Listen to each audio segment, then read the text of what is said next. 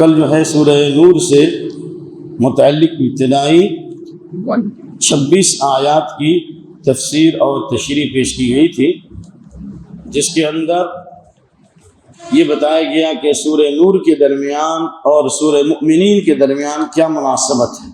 کوئی بتا سکتے ہیں جواب؟ اللہ ان کو جزائے خیر دے۔ سورہ مؤمنین کی آخری آیت کیا ہے؟ وَقُلْ رَبِّ اغْفِرْ وَارْحَمْ وَأَنْتَ خَيْرُ الرَّاحِمِينَ۔ اور سورہ نور کی جو ابتدائی آیت سورۃ انزلناها وفرضناها، دونوں میں کیا مناسبت ہے؟ کون بولے گا؟ اللہ اس کو جزائے خیر دے، انعام بھی دیا جائے گا۔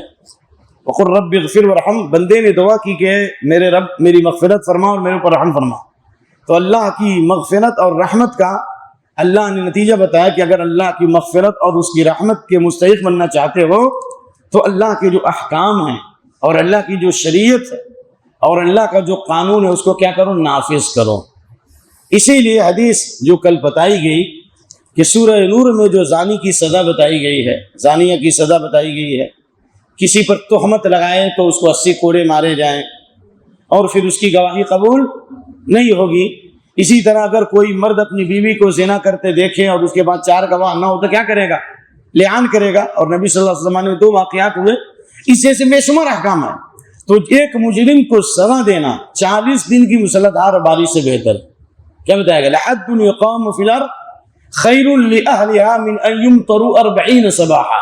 جس طرح بارش سے زمین زندہ ہوتی ہے، پودے لہراتے ہیں، کھیتیاں سرسبز و شاداب ہوتی ہے، جانور کی بھی غذا اور انسان کی بھی غذا، متاعا لکم ولانعامکم۔ تو اس کے ذریعے 40 دن کی بارش سے جس طرح کھیتیاں لہراتی ہیں، پودے اگتے ہیں اور انسان کی زندگی سرسبز و شاداب ہو جاتی ہے، اس کے مقابلے میں ایک مجرم کو سزا دینے سے لوگوں کی جانیں بچتی ہیں۔ ایک مجرم کو سزا دینے سے زمین میں امن قائم ہوتا ہے۔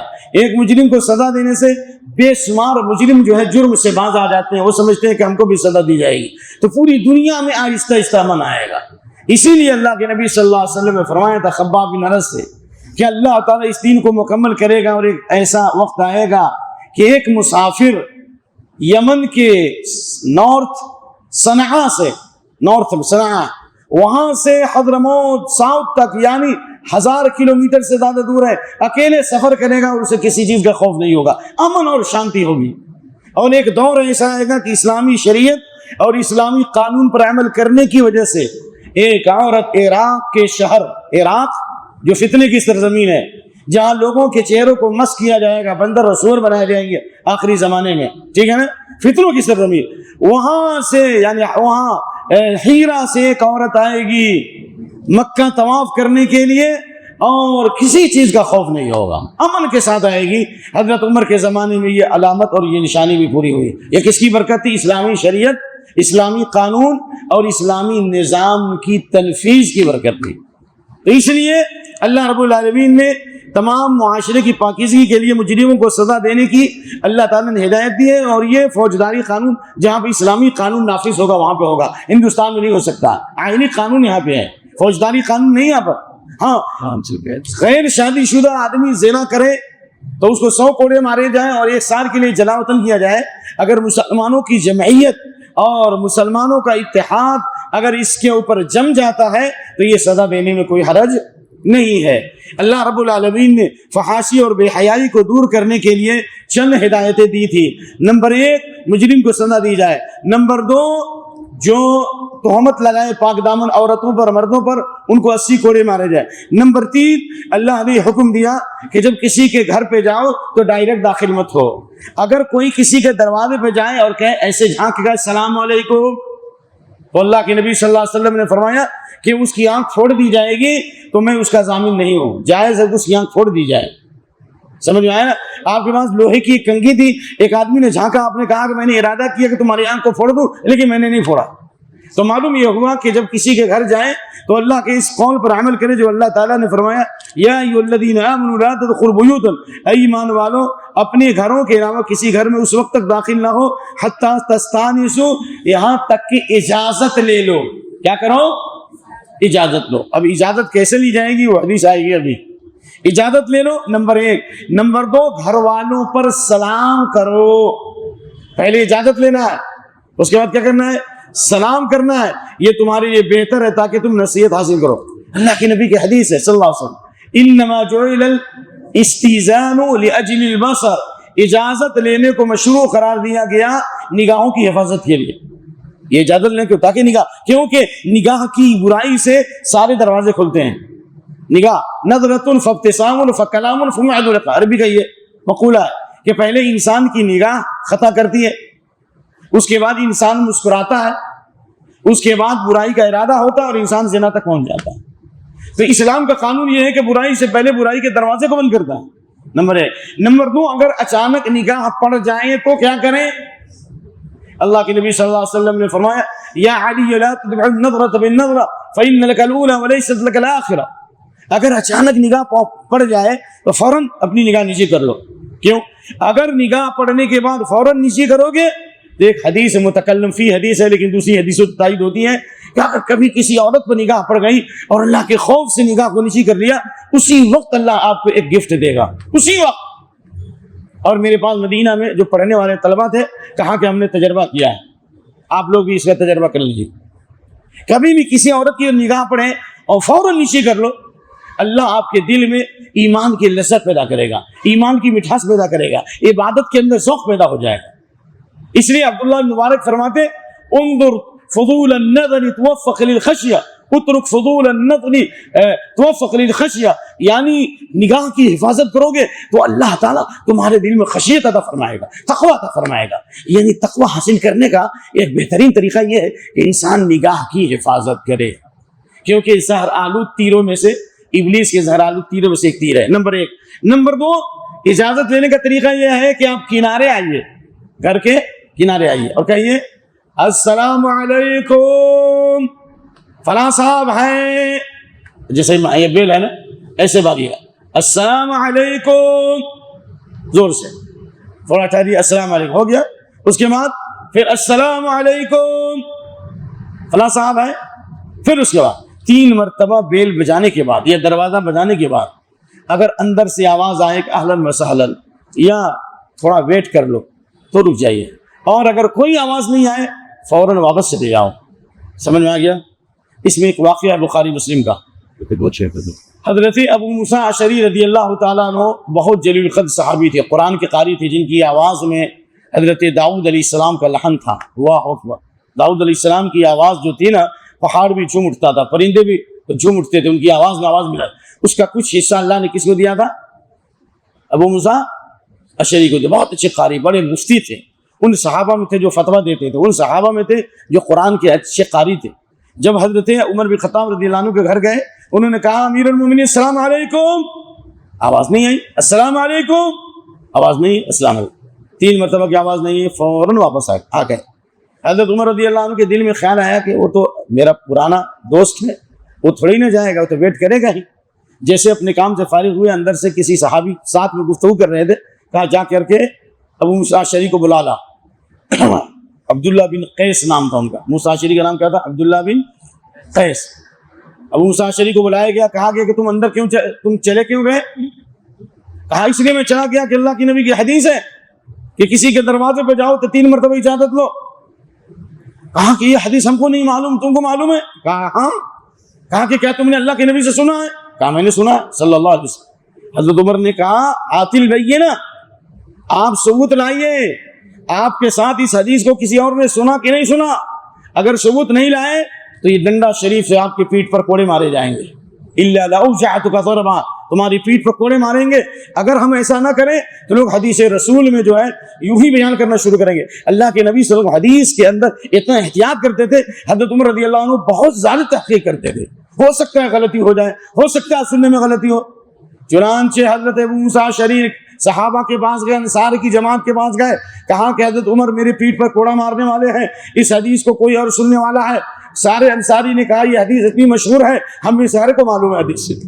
کہا کہ ہم میں جو چھوٹا آدمی ہے اس کا نام ابو سعید خدری، کیا نام ہے؟ مالک بن سنان.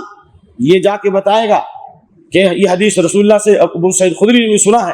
ابو سعید خدری بھی گئے، کہا امیر المومنین یہ حدیث میں نے بھی سنا ہے اللہ کے نبی سے کہ کسی کے گھر جاؤ تو 3 مرتبہ اجازت دو. حضرت عمر نے کیا فرمایا؟ یہ کہتے ہیں آج کے عالم سارا مسئلہ جانتے ہیں. حضرت عمر علم کا دروازہ تھے. اللہ کے نبی صلی اللہ علیہ وسلم نے ان کے علم کی تعریف، ان کی تائید میں ان کی رائے کو تقریباً 3 اور 4 مقامات پر اللہ نے ان کی رائے کو قرآن کا حروف بنا دیے. آپ نے فرمایا کہ میری امت پچھلی امتوں میں ایسے لوگ ہوئے جن کے دلوں پر اللہ الہام کرتا تھا. الہام سمجھتے ہیں؟ حق کی باتیں ڈالتا تھا. اگر میری امت میں کوئی ہو سکتا ہے تو حضرت عمر ہوں گے. اس کے باوجود ان کے معمولی مسئلہ معلوم نہیں تھا. تیمم کی حدیث معلوم یاد تھی، بھول گئے تھے. تیمم کی حدیث آدھی کی حدیث حضرت عمر بھول گئے تھے. تو آج کے عالم سے بول نہیں ہو سکتی. کہا الہان الصفق بالاسماء. بازاروں میں جب سے میں نے خرید و فروخت کا کام شروع کر دیا میرا حافظہ کمزور ہو گیا، اس حدیث میں بھول گیا. تو اس لیے اس سے یہ معلوم ہوا کہ اللہ کے نبی صلی اللہ علیہ وسلم کی تمام حدیثوں کو ممکن نہیں کہ کوئی ایک آدمی 100% یاد کر لے. جب اس زمانے میں یاد نہ کر سکا تھا، آج بھی کوئی دعویٰ نہیں کر سکتا.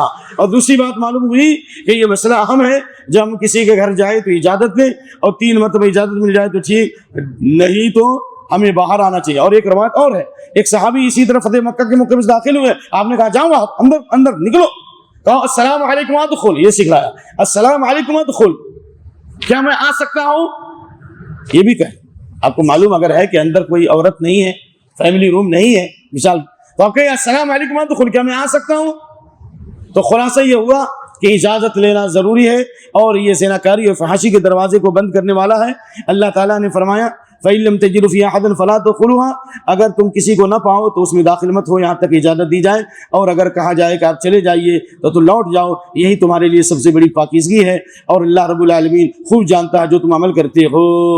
لیکن تم پر کوئی حرج نہیں کہ ایسا گھر جس میں کوئی آدمی نہ ہو، سامان ہے یا مستودع ہے جس میں مال و اسباب رکھے جاتے ہیں، تو ایسے گھر میں اگر آپ بغیر اجازت دیے داخل ہو تو کوئی حرج نہیں ہے. لیکن صحابہ کا طریقہ تھا کہ ایسے گھر میں جس میں کوئی آدمی نہیں ہوتا تھا وہاں بھی سلام کر کے جاتے تھے. مسنون ہے.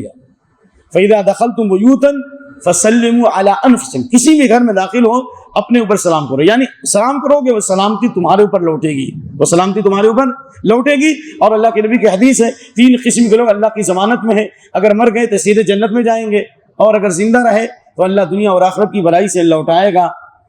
حدیث ہے وہ ماما، ان میں سے وہ آدمی رجل دخل بیتہ بالسلام، جو سلام کر کے داخل ہوا وہ پورا گھر سلامتی میں ہے. شیطان، جنات، بھوت پریت، گھروں کے اختلافات، فتنے، لڑائیاں، جتنی ساری چیزیں جو ہو رہی برکتیں نہیں ہیں. باپ بیٹے سے ٹکرا رہا ہے، ماں بیٹی سے ٹکرا رہی ہے نا. اس میں ایک اہم سبب یہ ہے کہ ہم لوگ سلام نہیں کرتے. ٹھیک ہے نا. اگر ہم سلام کر کے داخل ہوں انشاءاللہ یہ فتنے اگر ختم نہیں ہوں گے تو کم ضرور ہوں گے. اور یہ تجربہ ہے. کیوں؟ اس لیے کہ اللہ کے نبی کی حدیث ہے سلام کر کے داخل ہو سلام برکت علیک وعلی علیک، تمہارے لیے بھی برکت ہے اور تمہارے گھر والوں کے لیے برکت. اور سلام کر کے داخل ہوں اگر موت بھی آ گئی تو اللہ کا وعدہ ہے کہاں جائیں گے؟ جنت میں جائیں گے. زناکاری اور فحاشی کے دروازے کو ختم کرنے کے لیے اسلام نے کہا ہے کہ تم اپنی نگاہوں کو پست کرو. کیا مطلب ہوا اس کا؟ آیت نمبر 30 میں اللہ نے فرمایا قُلْ لِلْمُؤْمِنِينَ يَغُضُّوا مِنْ أَبْصَارِهِمْ وَيَحْفَظُوا فُرُوجَهُمْ. ایمان والوں سے کہو کہ اپنی نگاہوں کو پست کریں. کیا مطلب ہوا؟ یعنی آپ ایسا نہ کہ ایک دم ایسے چلے، ایسا بھی نہیں. جین دھرم کے اندر یہ ہے کہ ان کے یہاں اتنی سختی ہے، وہ کہتے ہیں کہ کوئی جیوی کو بھی تکلیف نہ دینا، لہذا بالکل ایسے نگاہ زمین پہ گاڑ کے چلتے ہیں. ایسا بھی نہیں لا یکلف نفس، آپ سیدھا چلیے، نہ ادھر دیکھیے نہ ادھر دیکھیے، سیدھا چلیے. اگر کہیں نگاہ پڑ گئی تو آپ اپنی نگاہ کو پست کر لیں. اللہ رب العالمین نے فرمایا ذالک ازکی لہم، اللہ اکبر، اپنی نگاہوں کو پست کریں اور اپنی شرمگاہوں کی حفاظت کریں، یہ اس کے لیے سب سے بڑی پاکیزگی ہے. ان اللہ خبیر بما یصنعون، اللہ تعالیٰ خوب خبر رکھتا ہے جو وہ کرتے ہیں. چلیے یہاں 2 چیز بتائی گئی، نگاہ کی حفاظت اور شرمگاہ کی حفاظت. نگاہ کی حفاظت ٹھیک ہے، نگاہ کی حفاظت کن چیزوں سے کی جائے نہیں بتایا، عورت کا ذکر نہیں ہے. اسے امام ابن تیمیہ نے سورہ نور کی تفسیر میں اس پہ علمی بحث کی. جس طریقے سے عورتوں کو دیکھ کر کے نگاہ پست کیا جائے، اسی طرح چھوٹے بچے جو نابالغ ہیں، امر جس کو کہتے ہیں، جس کے داڑھی کے بال نہیں آئے، سلف کا طریقہ تھا کہ اس کو بھی بار بار نہیں دیکھتے تھے. امام احمد بن حنبل رحمۃ اللہ علیہ کا طریقہ تھا اگر کوئی چھوٹا بچہ ادھر سے خوبصورت آتا تو ادھر سے راستہ بدل دیتے تھے. اور امام احمد بن حنبل رحمۃ اللہ کا قول ہے کہ عورت کے اوپر 1 شیطان ہے، چھوٹا بچہ جو نوخیز ہوتا ہے اس پر 2 شیطان ہیں. سلف بہت پرہیزگار تھے، سلف صالحین کا طریقہ ہے. اور آپ صلی اللہ علیہ وسلم کی حدیث ہے کہ قوم لوط کا سب سے زیادہ خوف ہے مجھے اپنی امت پر. تو یہ اللہ رب العالمین نے جو فرمایا کہ اپنی نگاہوں کو پست کرو، کتنی اہم بات ہے، اور نگاہ کو پست کرنے کے لیے نبی صلی اللہ علیہ وسلم نے دعا بھی بتائی ہے. آپ نے فرمایا کہ اللہ اعوذ بک من شر سمعی ومن شر بصری ومن شر قلبی ومن شر منی، حدیث صحیح مسلم کی. اللہ دل کی برائی سے تیرے پناہ چاہتا ہوں، ومن شر آنکھ کی برائی سے، زبان کی برائی سے، شرمگاہ کی برائی سے. اچھی دعا ہے یا نہیں؟ ٹھیک ہے. اس کے علاوہ اللہ کے نبی نے فرمایا حدیث صحیح، اضمنوا لی ستن اضمن لکم الجنہ، 6 چیزوں کی گارنٹی دو، میں تم کو جنت کی گارنٹی دیتا ہوں. اور غضوا ابصارکم، اس میں سے ایک ہی ہے نگاہوں کو پس کرو، ہے نا؟ کتنی بڑی بات ہے. تو اللہ نے فرمایا نگاہوں کو پس کرو، شرمگاہوں کی حفاظت. شرمگاہ کی حفاظت کا 2 مطلب ہے. پہلا مطلب تو یہ ہے انسان زناکاری سے بچے، یہ تو سب کو پتا ہے. دوسرا یہ ہے کہ اس کو نہیں کھولنا چاہیے، اس لیے کہ اللہ کے نبی کی حدیث ہے لا تنظر الى فخذ حی ولا میت، چاہے زندہ یا مردہ آدمی اس کے زانوں کی طرف مت دیکھو.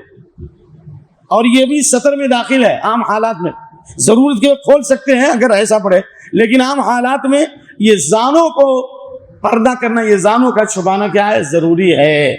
لہذا اس کو چھپایا جائے. سمجھ گئے نا؟ احفظ عورتک الا من زوجتک او ما ملکت یمینک، اپنی سطر کی حفاظت کرو سوائے اپنی بیویوں کے یا لوڈیوں. لہذا اس کی حفاظت کرنا بھی ضروری ہے. ابھی 3-4 سال پہلے مغرب کے وقت جو افطار پارٹی ہوتی ہے نا سعودیہ میں، تو وہاں پر میں جاتا تھا بیان دینے کے لیے. تو وہاں جو ایک آدمی آتا تھا سعودی بلانے کے لیے، تو 1-2 دفعہ تو اچھا آدمی آتا تھا، اس کے بعد لمبا تڑنگا کو بھیجا کوئی سعودی شباب کو، اور یہ کھلا رہتا تھا. تو ہم نے کہا کہ اس کو کیسے سمجھایا جائے. تو میں نے آہستہ سے سمجھانے کی کوشش کی بہت میٹھے انداز میں. اور آخری دن جس دن معلوم تھا کہ کل ہم کو آنا نہیں، آج لاسٹ ڈیٹ ہے، جو ہمارا حساب کتاب کا ہو گیا، اب تو ہمارا کچھ بگاڑ نہیں سکتا. تو میں نے اس وقت جو ہے اس کے اوپر کمان کس کر کے اس کا خوب اچھا کلاس لیا اور خوب اچھی طرح سمجھا ہذا حرام، یہ جائز نہیں، جائز. اس نے نہیں مانا اور اللہ نے حجت پوری کر دی. اور اللہ کے فضل و کرم سے پھر کبھی اس نے اس مقام پر ہم کو دوبارہ دعوت نہیں دی اور ہم گئے بھی نہیں. تو خلاصہ کلام یہ ہے کہ حق کا بیان کرنا واجب ہے. لہذا جو فٹ بال پلیئر ہے یا اور جو لوگ یہ کھول کر کے کھیلتے ہیں، یہ جائز نہیں ہے. ہم اس کے لیے کھولنا بھی جائز نہیں، اور ہمارے لیے سطر کا دیکھنا بھی جائز نہیں ہے. اس لیے کہ اللہ کے نبی صلی اللہ علیہ وسلم نے اس سے منع فرمایا ہے. اور آپ نے فرمایا الفخذ عورہ، الفخذ عورہ، زانو بھی شرمگاہ میں داخل ہے. الفخذ عورہ، زانو بھی شرمگاہ میں داخل ہے. ٹھیک ہے. اور عورت کا پورا جسم عورت ہے. عورت کو عورت کہتے ہیں، عورت کا پورا جسم سر سے لے کر ناخن تک، سوائے چہرہ اور ہتھیلی کے محرم کے سامنے، جن سے شادی کرنا جائز نہیں ہے. اپنی شوہر اور محرم کے سامنے عورت اپنے چہرے اور ہتھیلی کو کھول سکتی ہے، بقیہ کسی کے سامنے کھولنا جائز نہیں ہے، جس کا بیان ان قریب آنے والا ہے. اللہ رب العالمین نے اس کے بعد ایمان والی عورتوں کو کہا. یہ مسئلہ بہت اہم ہے، میں آپ کا ٹائم لے رہا ہوں درخواست سے کہ ایمان والی عورتوں سے، ایمان والوں میں ایمان والیاں بھی داخل ہیں، کہ ایمان والی عورتوں سے کہیں کہ اپنی نگاہوں کو پس کریں. جس طرح مردوں کے لیے نگاہ کی حفاظت ضروری ہے، اسی طرح عورتوں کے لیے بھی نگاہ کی حفاظت ضروری ہے. اچھی بات. عبداللہ بن مکتوم والا واقعہ، عبداللہ بن مکتوم جب اجازت لیے تو ام سلمہ تھی اور آپ صلی اللہ علیہ وسلم کی میمونہ تھی غالباً، کہاں احتجبا من، پردہ کر لو. تو کہاں کہ نہیں الیس هو اعمی، یہ تو نابینا ہے. آپ نے کہا افعم یا مان، وہ نابینا ہے لیکن تم تو آنکھ والی ہو. الستم انتم تبصران، ہی تم کو تو نظر آ رہا ہے کہ نہیں. تو آپ نے عبداللہ بن ام مکتوم سے بھی پردہ کرنے کا حکم دیا، امہات المومنین کو، جو امت کی ماں ہے، جو امت کی ماں ہے. اس لیے حضرت فاطمہ کہتی تھی خیر للرجل اللہ یرى المرأة، مرد کے لیے بہتر ہے کہ عورت کو نہ دیکھے، اور خیر للمرأة اللہ ترى الرجال، اور عورت کے لیے بہتر ہے کہ مردوں کو نہ دیکھے. لیکن تھوڑا فرق ہے، مرد کسی بھی حال میں عورت کو نہیں دیکھ سکتا، الا یہ کہ اضطراری حالت آپریشن کا معاملہ ہے، ڈاکٹر ہے یا قاضی جو ہے کورٹ میں گواہی دینا ہے، کوئی دوسری عورت کو لے آیا تو قاضی کے لیے جائز ہے. یا اسی طرح آپ شادی کرنا چاہ رہے ہیں، عورت سے شادی کرنا، اس کو دیکھ سکتے ہیں. ٹھیک. لیکن عورت کے لیے کچھ استثناءات ہیں. جیسے عورت، اللہ کے نبی صلی اللہ علیہ وسلم نے حضرت عائشہ کو پیچھے رکھا اور حبشی لوگ کھیل کر رہے تھے، مسجد نبی میں حضرت عائشہ رضی اللہ عنہ دیکھ رہی تھی. اس کا مطلب یہ ہے کہ اگر عورت کا دل صاف ستھرا اور شہوت کا کوئی فتنہ خوف نہ ہو تو عورتیں مردوں کے کھیل کو دیکھ سکتی ہیں, ان کی نمازوں کو دیکھ سکتی ہیں, ان کے پروگرام کو دیکھ سکتی ہیں. لیکن کوئی بہترین عقال ڈال کر کے اور خوبصورت انداز میں بالکل خوشبو لگا کر کے, عود لگا کر کے, بالکل ایسا لگتا ہے کہ آسمان سے اترا ہوا فرشتہ ہے, نہایت ہی دلہا بن کر کے تقریر کرتا ہے, اور اس میں ڈر ہے کہ عورتوں کی نگاہ ادھر چلی جائے گی, تو ایسی صورت میں عورتوں کے لیے دیکھنا جائز نہیں ہے. بہرحال عورتوں کے لیے تھوڑا ہے دروازہ ضرورت پڑنے پر, لیکن مردوں کے لیے بہت زیادہ سختی ہے. اور اس حدیث کا جواب دیا گیا کہ آخر اللہ کے نبی صلی اللہ علیہ وسلم نے عبداللہ بن مکتوم سے پردے کا حکم کیوں دیا, تو اس کا جواب یہ دیتے ہیں کہ اس میں ایک حدیث میں روایت کرنے والا ام سلمہ کا غلام نبہان ہے جو مجہول راوی ہے, لیکن صحیح بات یہ کہ مجہول نہیں ہے, یہ تقویٰ تھا. یہ کیا تھا؟ تقویٰ تھا. اور اللہ رب العالمین نے فرمایا اپنی عصمتوں کی حفاظت کریں, اپنی زیب و زینت کو ظاہر نہ کریں مگر خود سے جو ظاہر ہو جائے. رکیے, زینت کی دو قسم ہے, ایک زینت ظاہرہ اور زینت باطنہ. زینت باطنہ جسم کی اندرونی کیفیت ہے, یعنی جسم کے دوسرے اعضاء, یہ زینت باطنہ ہے. یا اسی طریقے سے صحیح قول کے مطابق اور عبداللہ بن مسعود وغیرہ اور سلف امت کے قول کے مطابق یہ چہرہ اور ہتھیلی بھی, کیونکہ اللہ نے فرمایا جو خود سے ظاہر ہو جائے. عورت کا چہرہ خود سے ظاہر نہیں ہوتا, عورت کا ہاتھ خود سے ظاہر نہیں ہوتا. چہرہ مظہر جمال ہے, جب عورت چہرہ کھول دے تو باقی کیا رہا. اور عورت کے لیے چہرہ کھولنا اگر جائز ہوتا تو نگاہ کو پست کرنے کا حکم کیوں دیا؟ اگر آپ نے واقعہ سنا, حضرت عائشہ رضی اللہ عنہ جنگ میں پیچھے رہ گئی تھی سن 6 ہجری میں, صفوان بن معطل سلمی کی نگاہ پڑی تو کہا انا للہ و انا الیہ راجعون, فاستیقظت باسترجاعی, ان کے انا للہ کہنے پر میں بیدار ہوئی. اور فخمرت عنہ بالجلباب وکان قد یرانی قبل الحجاب, اور میں نے فوراً چادر سے اپنے چہرے کو چھپا لیا تھا کیونکہ انہوں نے مجھے پردے کی آیت کے نزول سے پہلے کیا تھا, دیکھا تھا. اس سے مطلب اس سے ظاہر ہوا کہ عورتوں کے لیے پردے کی آیت کے نزول کے بعد چہرہ چھپانا ضروری تھا. اگر ضروری نہیں ہوتا امہات المومنین نے چہرہ کیوں چھپایا؟ ٹھیک ہے نا. اور کیوں کہا کہ پردے کی آیت سے پہلے انہوں نے دیکھا تھا؟ اس کا مطلب پردے کی آیت کے نزول کے بعد عورت کے لیے چہرہ کھولنا یا دیکھنا جائز بھائی واضح ہے, جائز نہیں ہے. عائشہ فرماتی ہے حالت احرام میں عورت نقاب نہیں اوڑھ سکتی, نقاب نہیں اوڑھ سکتی, احرام میں دستانہ نہیں پہن سکتی. لیکن حالت احرام میں جب حاجیوں کا قافلہ ہمارے سامنے آتا تھا, تمام امہات اور تمام صحابیات اپنے چہرے کو چھپاتی تھی, اپنے چہرے کو چھپاتی تھی. تو معلوم یہ ہوا کہ اللہ رب العالمین کے یہ فرمان اپنی زینت کو ظاہر نہ کرے مگر جو خود سے ظاہر ہو جائے. خود سے ظاہر ہونے والا آنکھ کا سرما ہے یا اسی طرح کپڑا ہے, خود سے ظاہر ہوتا ہے, چہرہ خود سے ظاہر نہیں ہوتا. اس لیے اس آیت کی تفسیر میں عبداللہ بن عباس کی جو تفسیر بہت سارے لوگ حوالہ دیتے ہیں کہ چہرہ اور ہتھیلی کھول سکتی ہے, چہرہ اور ہتھیلی خود سے ظاہر نہیں ہوتی. اس آیت کی تفسیر میں عبداللہ بن عباس کا یہ قول تبری میں موجود ہے, اگر اہل علم ہیں تو اس کو سوچ سکتے ہیں. جو لوگ کہتے ہیں کہ چہرہ اور ہتھیلی عورت کھول سکتی ہے اور ابن عباس کا حوالہ دیتے ہیں, یہ ابن عباس نے یہ نہیں کہا کہ چہرہ ہتھیلی عام مردوں کے سامنے کھولو, کیونکہ امام محمد بن جریر تبری نے اس آیت کی تفسیر میں لکھا کہ عورت چہرہ اور ہتھیلی محارم کے سامنے کھولے گی. سمجھ میں آیا نا؟ تو اب اس سے وہ اعتراض دفع ہو گیا جو ڈاکٹر ذاکر نائک یا دوسرے لوگ جو دیتے ہیں کہ چہرہ ہتھیلی کھول. کیوں؟ اس لیے کہ ابن عباس کا قول تبری نے نقل کیا صحیح سند کے ساتھ, محارم کے سامنے, محرم کے سامنے عورت چہرہ اور ہتھیلی کھولے گی. اور اللہ تعالیٰ نے اس کے بعد فرمایا کہ اپنی زیب و زینت کو ظاہر نہ کرے لیکن سوائے اپنے شوہروں کے یا اپنے باپ کے, باپ دادا لکڑ دادا تکڑ دادا, یا اپنے شوہر کے باپ سسر, شوہر کے سسر, پھر اس کا باپ, پھر اس کا باپ اوپر تک, اس کے بعد یا اپنے بیٹوں کے, اپنے بیٹا سمجھ گئے نا, اپنا بیٹا, او ابناء بعولتنی, یہ شوہر کے بیٹے یعنی دوسری ماں سے جو شوہر کا بیٹا ہے, یا اسی طرح اپنے بھائی کے سامنے یا اپنے بھتیجے کے سامنے یا اپنے بھانجے کے سامنے, او نسائہن, یا مسلمان عورتوں کے سامنے. کافر عورتوں کے سامنے بھی عورت کے لیے ضروری ہے کہ اپنے چہرے اور ہتھیلی کو چھپائے یا اپنی اندرونی حالت کو ظاہر نہ کرے. او امام القرب ہم نے, یا اپنے غلام کے سامنے, یا بھی تابعین, ایسے مرد جن کی شہوت ختم ہو چکی ہے, بالکل بوڑھے ہو چکے ہیں، ان کے سامنے چہرہ اور ہتھیلی کھول سکتی ہے انہیں. اب الطفل الذین لم یظہروا علی عورات النساء، یا ایسے بچوں کے سامنے جو عورتوں کے پوشیدہ رازوں سے واقف نہیں ہیں. ولا یضربن بارجلہن، اور مرد اپنے پاؤں کو، عورتیں اپنے پاؤں کو زور سے زمین پر نہ ماریں تاکہ ان کی پوشیدہ زینت ظاہر ہو. جب عورت اپنے پاؤں کو زمین پہ نہیں مار سکتی، جب عورت اپنے پاؤں کو زمین پر نہیں مار سکتی تو پھر چہرہ کیسے کھول سکتی ہے؟ آپ ہی بولیے. اچھا ایک بتائیے، اللہ نے کہا ماں باپ کو اف تک نہ کہو، ماں باپ کو اف تک نہ کہو. اف کہنا جب منع ہے تو کیا مارنا جائز ہو سکتا ہے؟ بھائی اف یہ بھی نہیں کہہ سکتے. اگر ماں باپ اگر ناراض ہوں اف نہ کہیں. جب اف نہیں کہہ سکتے تو گالی دینا کیسے جائز ہے؟ ڈانٹنا کیسے جائز ہو سکتا؟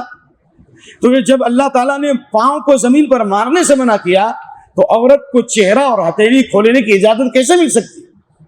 واضح.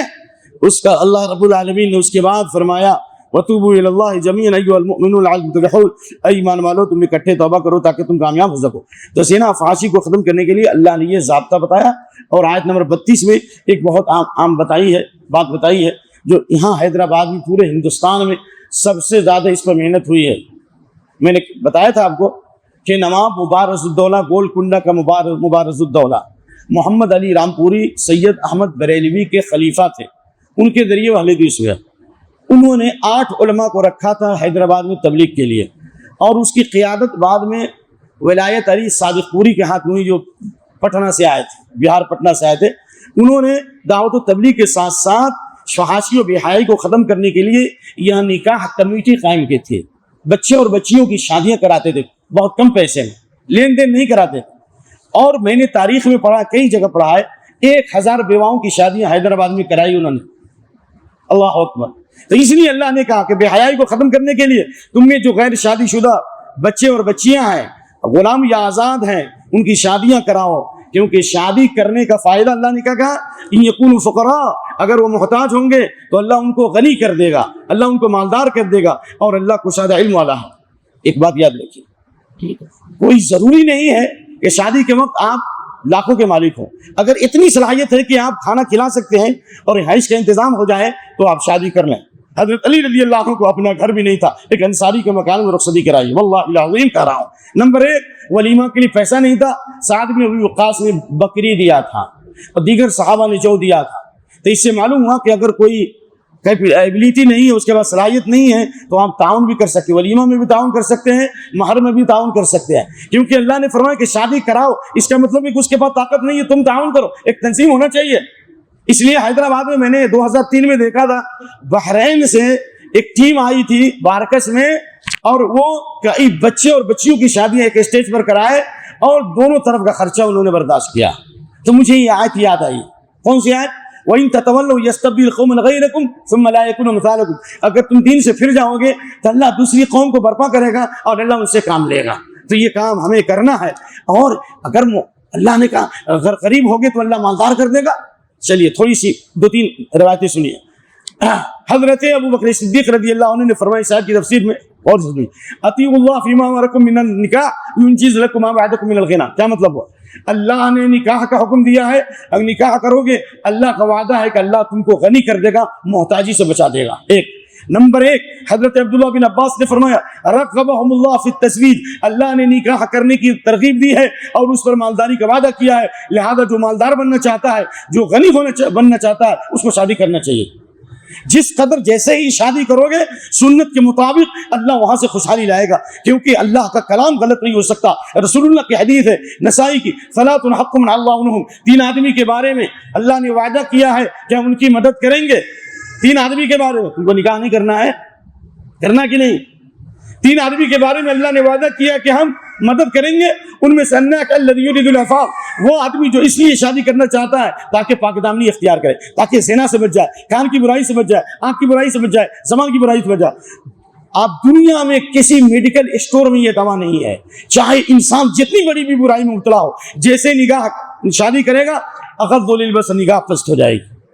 جیسے شادی کرے گا برائی سے اس کا دل متنفر ہو جائے گا. جیسے شادی کرے گا اللہ اس عزت و آبرو کی حفاظت کرے گا. لہذا میں کچھ مثالیں دے رہا ہوں. صحابہ میں زبیر بن عوام چند صحابہ تھے جن میں بہت بڑے تاجر تھے، اربوں خربوں کی مالیت تھی، اربوں ابھی میں بتا رہا ہوں کیونکہ ابھی گنجائش ہے. اب زبیر بن عوام کون تھے؟ حضرت ابو بکر صدیق کے بولیے ذرا جلدی بولیے داماد تھے. نمبر 1. نمبر 2 نبی صلی اللہ علیہ وسلم پھوپھزاد بھائی تھے. 2 ہو گیا. نمبر 3 عشرہ مبشرہ میں تھے. ٹھیک ہے نا.